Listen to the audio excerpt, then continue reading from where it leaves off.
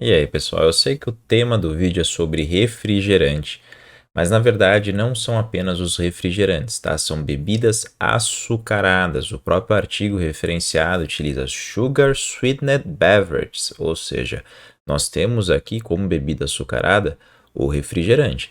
Mas se a gente for levar como exemplo aqui, eu peguei algumas listas de ingredientes que, para quem não sabe, lista de ingredientes está em ordem decrescente. O primeiro alimento que tem na lista de qualquer ingrediente, de qualquer produto, o primeiro é o que mais tem, o último é o que menos tem. Então você tem aqui a Coca-Cola tendo mais açúcar do que cola, mesmo ela sendo um refrigerante de cola. Mas quando você pega, por exemplo, um Sufresh sabor uva, você também tem mais açúcar do que uva. Então ela também pode ser considerada uma bebida açucarada. Quando você pega um Danone, um iogurte sabor morango, por exemplo, da Danone, você tem o leite e o segundo ingrediente é açúcar, o quarto ingrediente também é açúcar, o quinto ingrediente também é açúcar e o sexto ingrediente acaba sendo o morango. Então, essa bebida também é uma bebida completamente açucarada.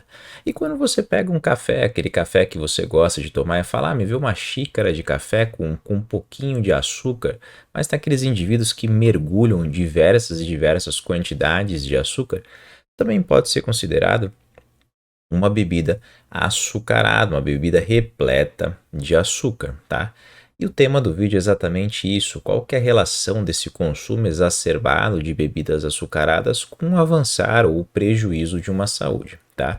O artigo em específico, esse artigo de 2022, artigo desse ano, uma revista da endocrinologia, que eu vou narrar aqui para vocês. Então, só para deixar uma coisa muito clara, ele fala no próprio artigo que quando você pega, por exemplo, uma lata de refrigerante, uma lata de uma bebida açucarada, mesmo parecendo ser da Coca-Cola, não necessariamente significa que é da Coca, mas ele fala que numa porção de 355 ml, você tem em torno mais ou menos de 37,5 gramas de açúcar, que tem um total que equivale quase a 150 calorias desse produto. Então, novamente, 150 calorias desse produto de 355 ml são providas de açúcar, tá? E aqui, quando a gente pensa especificamente nessas bebidas açucaradas, cada tabelinha dessa aqui é uma relação dos anos, de 1990 a 2015. Mesmo o artigo sendo de 2022, foi mostrado os dados de até 2015 nesses gráficos, mostrando que realmente teve uma grande elevação. Esse aqui é o gráfico para os meninos, esse aqui é o gráfico para as meninas. Quando a gente pensa no gráfico brasileiro, né, na região nas Américas, é essa região aqui, mostrando que realmente tem uma progressão, um aumento desse consumo com o avançar dos anos. E quando você coloca aqui em quantidades, mostra que realmente é uma dosagem de mais ou menos em torno de uma lata de refrigerante, de uma bebida açucarada sendo consumida diariamente, tá? E quais são os malefícios desse consumo? Então, eu vou narrar para vocês aqui alguns malefícios e depois falar um pouco sobre vícios e por aí, tá?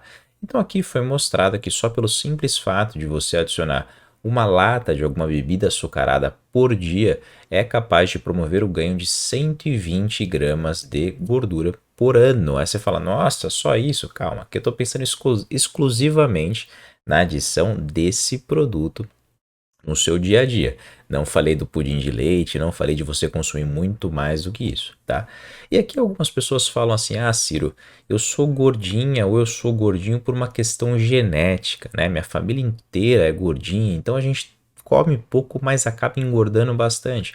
E eu concordo, né? Tem alguns genes, por exemplo, um gene FTO, que tem uma relação mais exacerbada com obesidade. Você tem mais associação com acúmulo de gordura corporal. Mas foi mostrado que quando você consome bebidas açucaradas diariamente, em comparação àqueles indivíduos que consumiam uma porção por mês, o seu risco estava dobrado de desenvolver obesidade. E quando você pensa novamente na obesidade, principalmente naquela obesidade mais infantil, foi mostrado que o consumo diário de bebidas açucaradas em crianças num período de 6 anos foi capaz de aumentar o risco dessa obesidade em 5%. É o risco mais 5%. No artigo em específico foi um total de 21%, tá? Enquanto a comparação de 16% nesses indivíduos que não consumiam.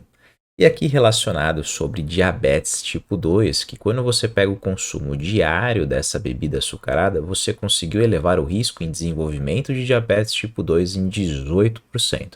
Aí você fala, ah, Ciro, mas a obesidade, né, o aumento, o sobrepeso, o aumento do IMC tem uma relação com um fator de risco, né? Não é exclusivamente uma bebida açucarada que vai promover o desenvolvimento de uma diabetes tipo 2. E eu concordo, mas quando eles fizeram um ajuste, retirando todos os indivíduos com sobrepeso, todos os indivíduos obesos e deixaram apenas indivíduos dentro do peso, mesmo você consumindo um refrigerante, uma lata de bebidas açucaradas por dia, aumentou o risco de desenvolvimento de diabetes tipo 2 em 13%. Teve uma correção de apenas 5%. Relacionado também com doenças cardiovasculares, teve uma elevação de 9% de risco de desenvolvimento de alguma doença relacionada ao seu coração quando você fez o consumo diário em relação a uma porção por mês. Também mostrou aquele consumo diário com uma maior suscetabilidade para deixar aquele seu fígado gorduroso, né? Aquela sua doença hepática, né? Não alcoólica ou relacionado também com a disfunção metabólica, então consegue aumentar, por exemplo, os triglicéridos, o colesterol, consegue levar a sua gordura visceral, uma gordura altamente inflamatória, e também o refrigerante ou bebidas açucaradas, que também podem estar ricas em frutose, aquela frutose industrializada, tem uma associação também em relação com o surgimento de gota, o risco aumentado em 4%. E aqui o consumo não era diário, não. Aqui era o consumo de uma porção de alguma bebida açucarada por semana. Quanto maior esse consumo, consequentemente também maior o seu risco, tá? Então as pessoas ficam abominando aí, por exemplo, frutas e frutas por conter essa frutose, mas na verdade tem muito mais relação com esses xaropes que são adicionados nesses produtos industrializados, que deixa mais gostoso, né? Deixa muito mais docinho. Continuando falando também dos riscos, dos malefícios que pode ocasionar nesse consumo diário, foi mostrado que ele também tem uma relação com o maior surgimento de câncer, principalmente o câncer de mama e o câncer de próstata. E aqui eu mostro para vocês relacionados à mortalidade, a chance de você morrer. Consumir 2 ou mais porções de bebidas açucaradas por dia teve uma associação com aumento de risco por doenças cardiovasculares em 31%, em relação, né, em comparação com aqueles indivíduos que não consumiam bebidas açucaradas ou consumiam até uma porção por mês, tá? Então também tem relação com o aumento de mortalidade.